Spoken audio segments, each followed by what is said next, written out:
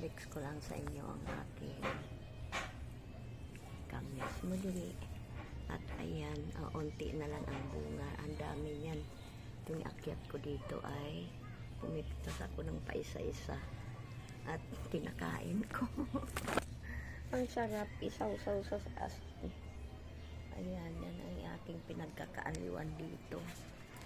At yan ang aking kalamansi. Ayan, oh. Kalamansi ko, hindi nauubusan ng bunga.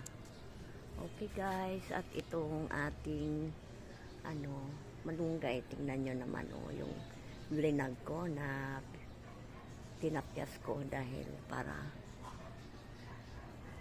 tumubo ng ganyan, konti ang kanyang sanga at medyo nagtatagulan na nga kasi, kaya ayan may